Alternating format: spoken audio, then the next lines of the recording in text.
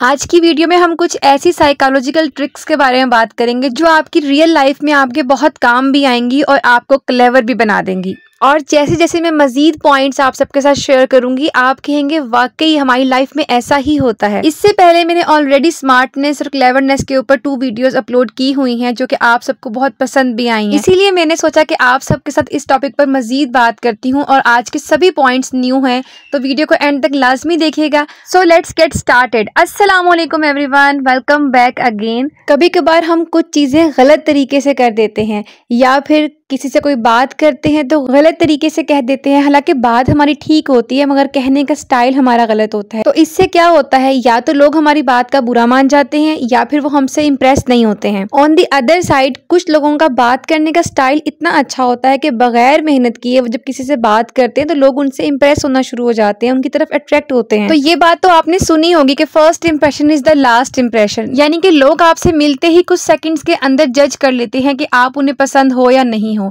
और एक बार जो इंप्रेशन बन जाता है उसको बदलना भी बहुत मुश्किल हो जाता है। तो आपने कुछ भी बड़ा नहीं करना, आपके फेस पे एक पॉजिटिव सी स्माइल फर्स्ट टाइम मिलने वाले को एक पॉजिटिव और ट्रस्टवर्दी वाइब दे सकती है। ये सुनने में आपको बहुत सिंपल लग रहा होगा, लेकिन कभी कभार बहुत सिंपल चीजें भी बहुत बड़ा इम्पैक्ट दे देती हैं। इसलिए जब भी किसी से मिले या किसी से जब आप फर्स्ट टाइम मिल रहे हैं तो अपने फेस पे लाजमी एक अच्छी सी स्माइल रखा करें। नेक्स्ट थिंग, जब कोई आपके साथ बहुत रूड बिहेव करे या फिर आपको एटीट्यूड दिखाए तब भी आप यही कोशिश करें कि आप पोलाइट रहें। इससे आप अपनी कन्वर्सेशन को इजीली हैंडल कर सकोगे और मेंटली स्ट्रांग भी लगोगे। ये चीज तो साइंस भी कहती है कि जब हम पोलाइटली बिहेव करते हैं तो इससे हमें स्ट्रेस कम होता है और हम मेंटली स्ट्रांग होते हैं और साथ ही हमारा कॉन्फिडेंस लेवल भी बूस्ट हो जाता है। इसलिए पोलाइट रहने की कोशिश किया करें, क्योंकि अगर देखा जाए ना आजकल हर किसी के अंदर एटीट्यूड आ गया है लेकिन काइंडनेस बहुत कम है, पोलाइटनेस बहुत कम है। तो लोगों से डिफरेंट और यूनिक लगने के लिए भी ये चीज बहुत अच्छी है कि हम हमेशा पोलाइट रहें। एक ना बहुत अजीब सा फैक्ट है लेकिन रियल है कि लोग जो है ना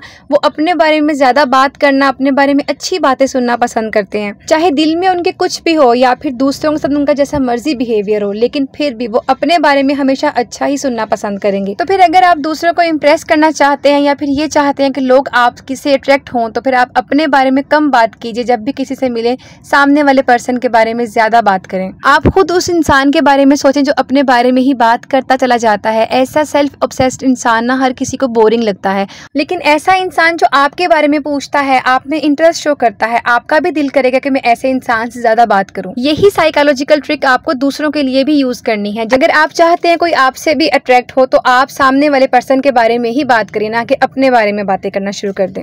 इन शॉर्ट, मैं, मेरा, मुझे ये वाले वर्ड्स बिल्कुल भी यूज मत कीजिए, बल्कि आप आपका और आप वाले वर्ड यूज कीजिए। फॉर एग्जाम्पल, किसी को ये कहना कि आपकी हैबिट्स बहुत अच्छी हैं या फिर आप अपने बारे में कुछ बताओ, छोटा सा बदलाव आपकी लाइफ पे एक बड़ा इम्पैक्ट डालेगा।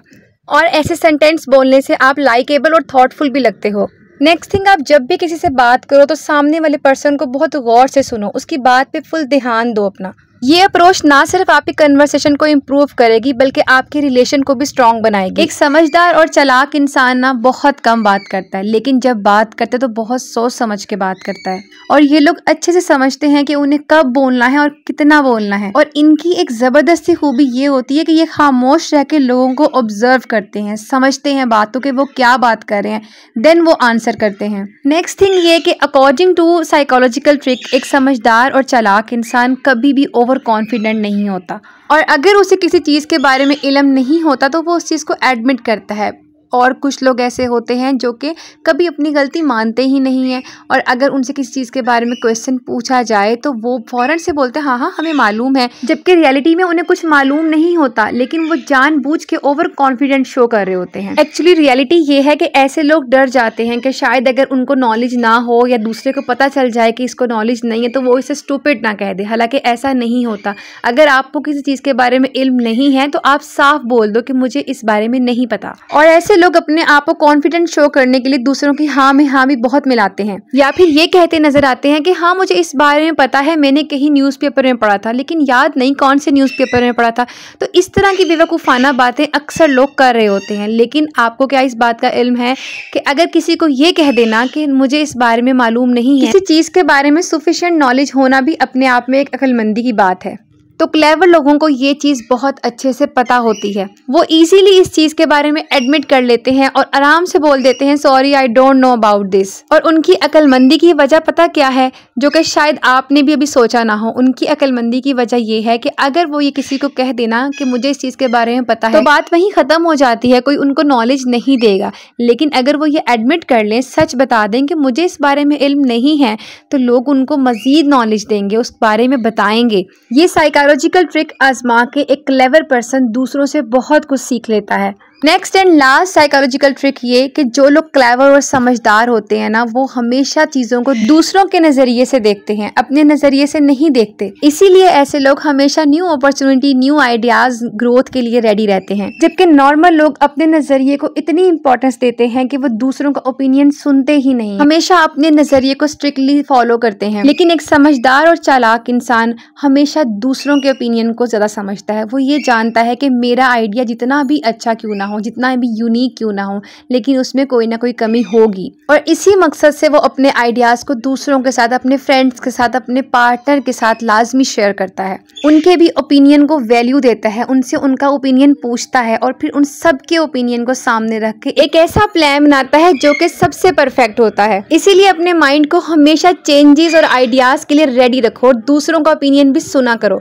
सो आई होप आपको आज की वीडियो भी अच्छी लगी होगी। वीडियो करते यहीं एंड, मिलते हैं अगली वीडियो में एक नए टॉपिक के साथ। तब तक के लिए अल्लाह हाफिज।